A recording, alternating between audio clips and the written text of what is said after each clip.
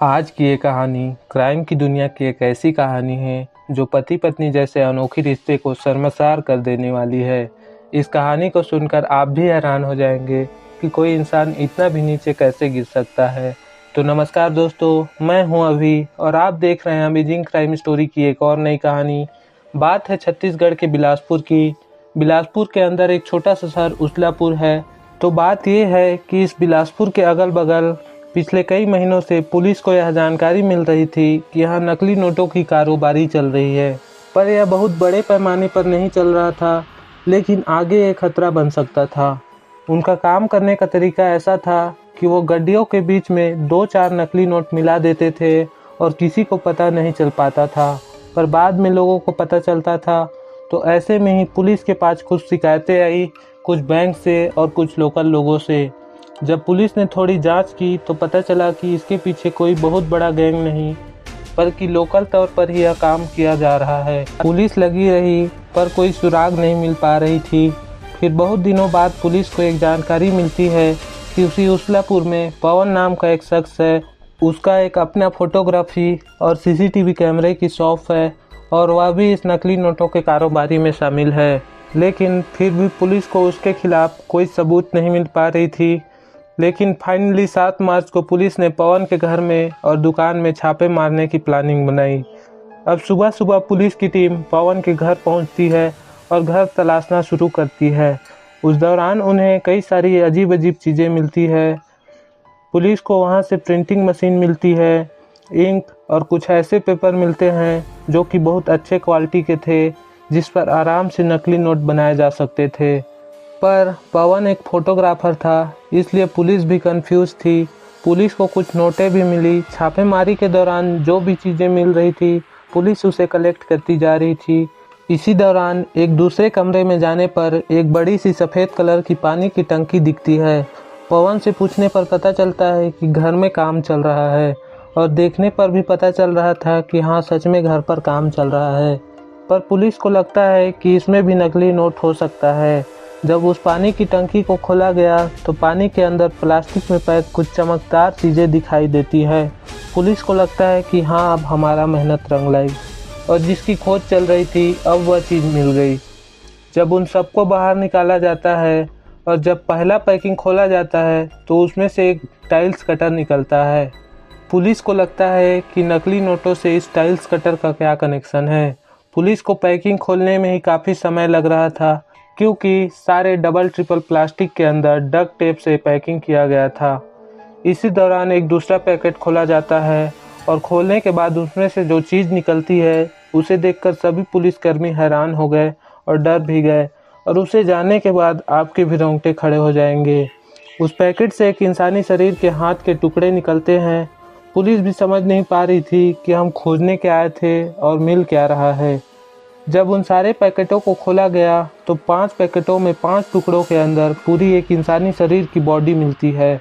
एक इंसान के शरीर के टुकड़े करके उन पैकेटों में बंद करके पानी के अंदर रखा गया था, जिसका कोई अता पता नहीं था कि आखिर ये डेड बॉडी किसकी है। पुलिस ने पवन को पकड़ा और सीधे थाने लेकर गए और पूछताछ शुरू की गई।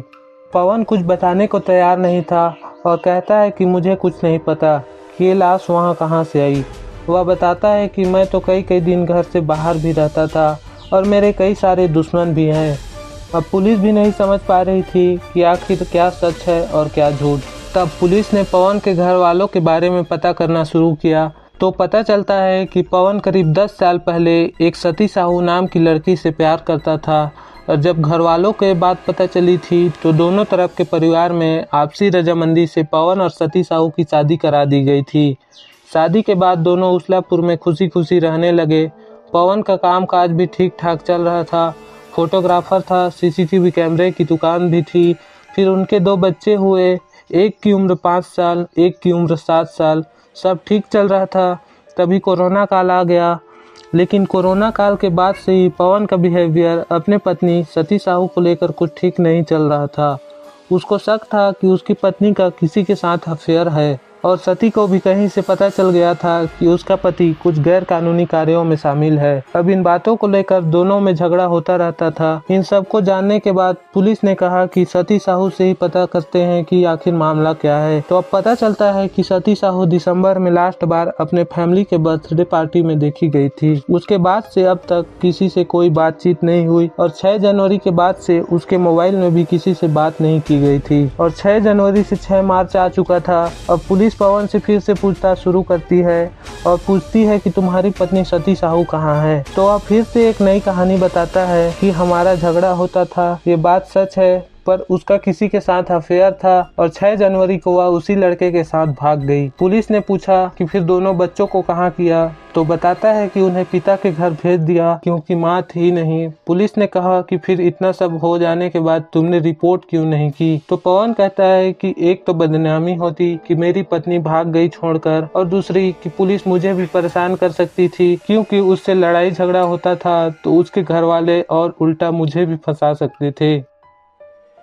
इन सारे बातों को सुनकर भी पुलिस को विश्वास हुआ नहीं। इस दौरान पुलिस और भी जांच में लगी हुई थी तो पता चलता है कि पत्नी के गायब होने वाले समय में पवन द्वारा एक कटर मशीन खरीदा गया था, बहुत सारे प्लास्टिक और डक्ट टेप भी खरीदा गया था और खरीदी गई सारी चीज लाश के साथ मिल भी रही थी। टाइम डेट सब कुछ मिल रहा था। 6 से 10 मार्च के बीच की बात थी। अब पुलिस समझ चुकी थी कि इन सब के पीछे पवन ही है और कोई नहीं। तो पुलिस ने अपने तरीके से पवन से पूछताछ शुरू की। तब 7 मार्च को पवन अपना मुंह खोलता है और बताता है कि 6 जनवरी को दोनों के बीच लड़ाई हुई इस बात से कि उसकी पत्नी जान चुकी थी कि पवन नकली नोट बनाता है। तो पवन को लगा कि ये मेरा राज न खोल दे और अफेयर वाला चक्कर अलग था। और फिर इसी बीच पवन गुस्से में अपनी पत्नी का गला दबा दिया और मौके पर ही सती साहू की मौत हो गई। अब पवन को समझ नहीं आ रहा था कि क्या करूं। इसी दौरान श्रद्धा मर्डर केस और फ्रिज वाले 1-2 मामले सामने आ चुके थे। पवन सोचता है कि ये तो करूंगा नहीं। फिर उसके मन में कुछ आइडिया आता है।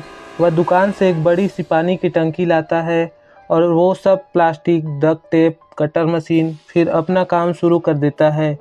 कुछ हिस्सों को जलाकर भी खत्म करने की कोशिश करता है लेकिन फिर उसकी हिम्मत नहीं होती और काट कर पैक करके पानी की टंकी के अंदर डाल देता है और सोचता है कि जब जब मौका मिलेगा वह एक एक टुकड़ों को ठिकाने लगाता रहेगा। अब इस 1-2 महीने के दौरान सती के घर वालों से पूछे जाने पर पवन कहता है कि वो अपने दोस्त के साथ भाग गई है। तो यह सुनकर उसके घर वाले भी बदनामी की वजह से रिपोर्ट नहीं करते और ये कि जब उसका अकल ठिकाने आएगा तो वह लौट कर आ जाएगी। अब 2 महीने तक सती साहू के लाश के बारे में किसी को कोई पता नहीं लगता, न पुलिस को, न रिश्तेदारों को, न पड़ोसियों को, और आगे भी पता न चलता अगर ये नकली नोट की बातें सामने न आती। पवन नकली नोट बनाने के लिए इंटरनेट से जानकारी निकाली थी। फिर उसे पता चलता है कि नकली नोट बनाने के लिए सबसे इम्पोर्टेंट चीज है पेपर। उसने ऑनलाइन पेपर के ऑर्डर दिए जो बेंगलोर से आता था। उसने 2 एक्सपर्ट से ट्रेनिंग भी ली थी और फिर अपनी दुकान में नोट छापने का काम शुरू किया जो कि एकदम ओरिजिनल जैसे लगते थे। फिर पवन गड्डियों के बीच 2-4 नोट डालकर आगे चलाया करता था